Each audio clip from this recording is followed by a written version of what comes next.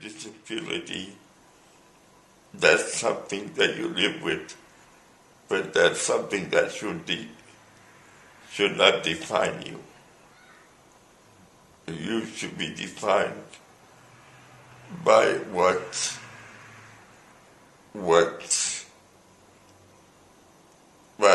your hopes are, what things you like to happen in your life, and the way you are as a person.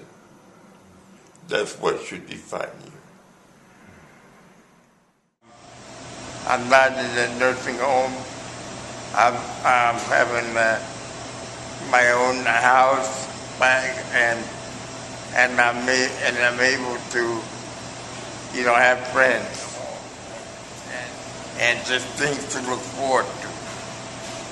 Yeah, and accomplishing things and making things happen.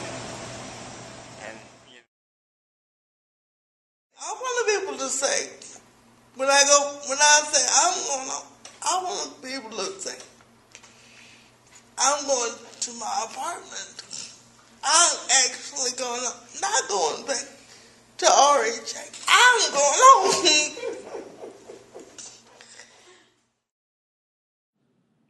This is the journey of Sherry Durant, who receives services from RHA Howe in Greensboro, North Carolina. It is also the story of RHA Howe's steps towards transformation and Seeing is Believing, a systems change effort funded by the North Carolina Council on Developmental Disabilities. Well, one of the goals that we have as we set forth is to really help people build lives. With Howe's and then RHA Howe's, we have developed a very institutional model that has worked well. It's worked well through the years and it has really done some good things. But as you're looking at future development for the individuals, it has to come from things that they hope to achieve. So as folks kind of wander into my office and tell me, Ed, I want a better life, and it's your job to get it for me, that really comes off across me. It's like, okay, well, we need to get you a better life. We need to figure this out. I think the MFP has kind of given the roots to make the possibility.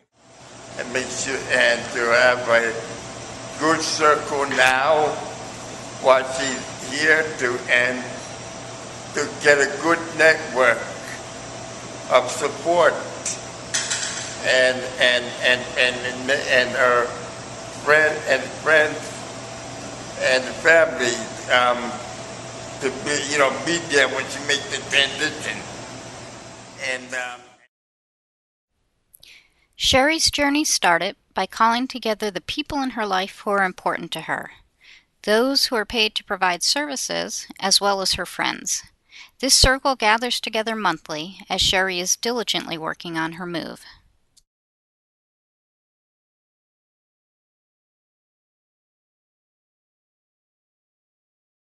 But a couple of things that we want is we want to own a home. Sherry would like to own her own home, which is something that we'll be looking at, but she's willing to rent for a little while we get that, which leads us back to this. Sherry has recently completed treatments for cancer. While fighting her illness slowed her down for a while, it has not in any way affected her determination to move into her own place. I got cancer, and it was last 4th of July. Things I did before I got cancer are a little bit tougher to do now. But not by any means is it a death sentence. You can live with it. And I'm living proof that you can live with it. Being in a facility is like being dead. With me moving out on my own, I feel like I'm coming back to life. Because for 19 years, it's like I've been just a body. And it's awful when you your body. You have nothing to look forward to. So I'm really excited about moving out because I know that now I can start to live again. Eating and working hard. Now I can handle the working hard. But the waiting is not one of my strong suits. As part of building her circle, Sherry has reconnected with her church, Christ United Methodist Church. She has been enjoying Sunday services, reconnecting with friends, and has used space at the church to host circle meetings. Being reconnected with my church, it's like having an old, comfortable pair of slippers. I mean, you just feel, you just know that that's where you're supposed to be. I'm getting a lot of help from my church. They said that they help me with furniture and that kind of thing.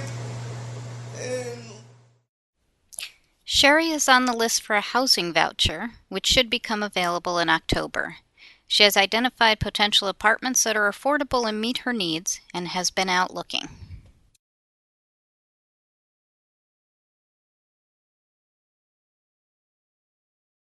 as long as I'm near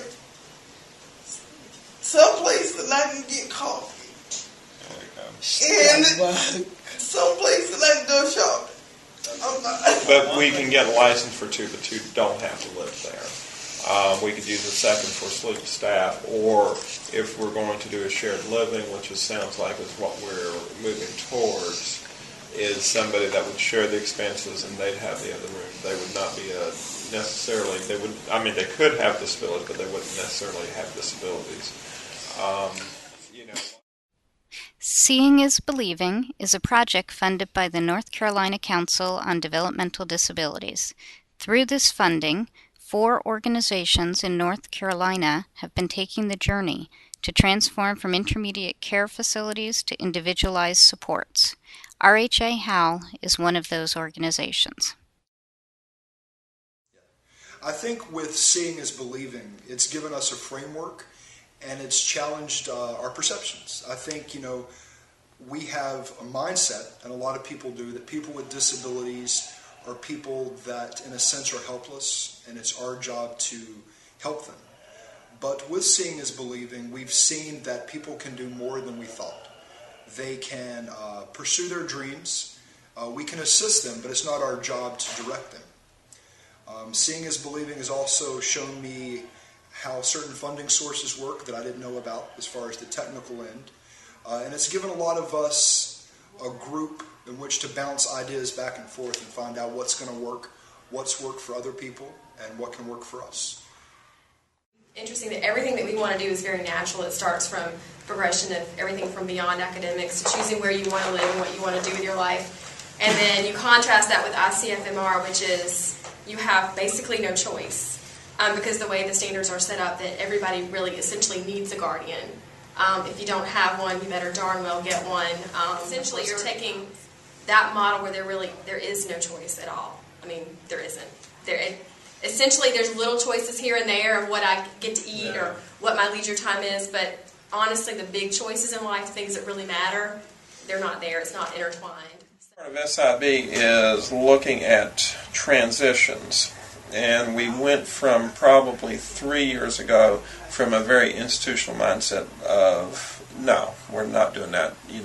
We're here to love and take care of them and never let them out of our sight and to always be there for them, to people now saying, maybe this will work for this person and maybe it will work for some other people. And I think that transitioning mindsets, and particularly of a company this large and this old, with this set institutional patterns as we have, is an amazing transformation.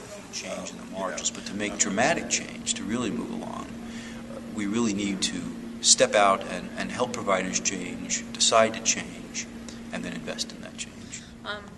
I'm engaged in a 5-year study on organizational change throughout the country, and as part of that, I've had the opportunity to visit and observe and study some of the learning communities that are taking place across the country in different states, including Maryland and New York State and the state of North Carolina. And what I've found across those is that it's real challenging, long-term, long-haul work to work for the sort of organizational change that's real foundational change within organizations rather than just the type of surface change. And to get that foundational change takes, at least several years. It takes ongoing work after that. It's an investment to ensure that agencies and organizations lay a good foundation for doing person-centered, individualized work and promoting real control and self-direction for people with disabilities. Based upon learning and the momentum that has been created, other people have started to come forward to begin their own journey.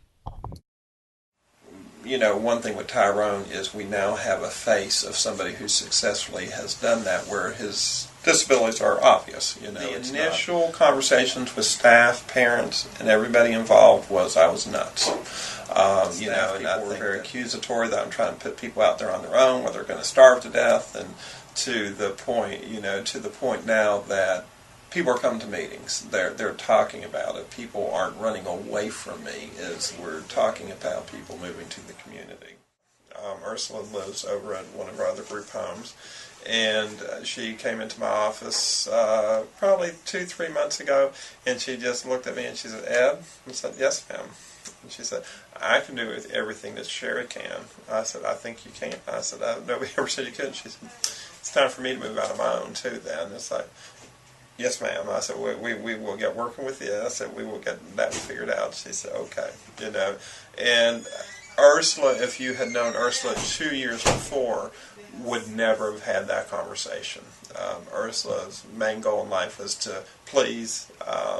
She was very quiet, very meek and mild, and to see her coming into my office saying, "You're going to do this, and this is what I need you to do. Is I need to be able to do this," is an amazing transformation. If you saw Ursula now and Ursula then, it was just simply amazing. The work that the DD Council is doing in North Carolina by funding the Seeing is Believing Coalition is a model for other states and other DD Councils throughout the country. The last word. I'm finally